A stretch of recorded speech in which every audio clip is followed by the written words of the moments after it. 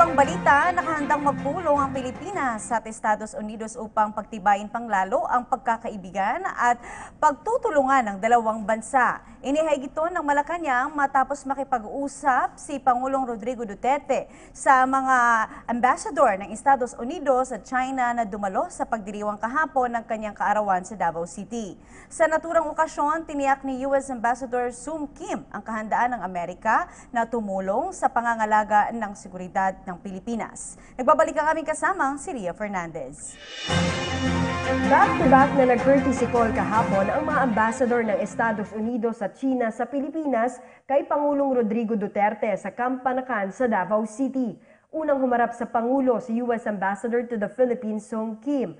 Mainit naman tinanggap ng Pangulo ang opisyal. Sa isang statement, sinabi ni Presidential Spokesperson Ernesto Abella na ayon sa Pangulo, nananatiling matibay ang relasyon ng Pilipinas at Amerika at handa ang dalawang bansa na talakayin ang mga usaping parehas silang may interes. Tiniyak din anya ni Kim sa Pangulo ang kahandaan ng kanilang bansa na magbigay ng karagdagang military equipment at tumulong sa pagsasanay para sa seguridad ng Pilipinas. Sunod na bumisita sa Pangulo si Chinese Ambassador to the Philippines, Zhao Zhenhua. Kitang-kita rin na masaya ang dalawa sa muli nilang pagkikita.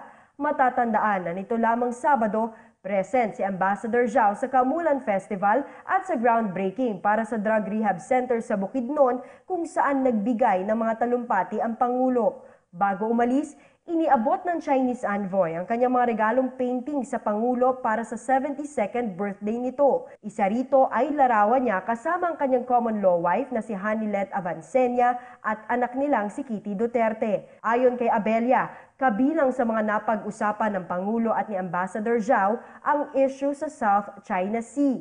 Sinabi raw ni Zhao na inaabangan na nila ang unang pagpupulong para sa bilateral mechanism ng Pilipinas at China upang maayos na maresolba ang agawan ng teritoryo sa naturang karagatan.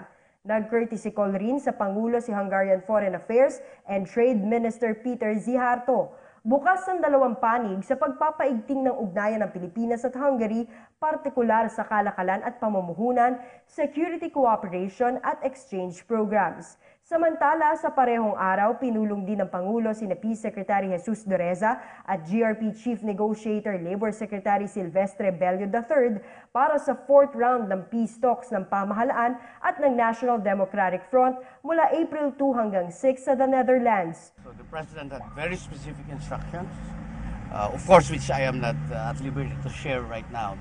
This will have to be taken with our counterparts on the negotiations table. May closed-door meeting din ang Pangulo kay MNLF Founding Chairman Nur Miswari. Para sa PTV News, Ria Fernandez, Davao City.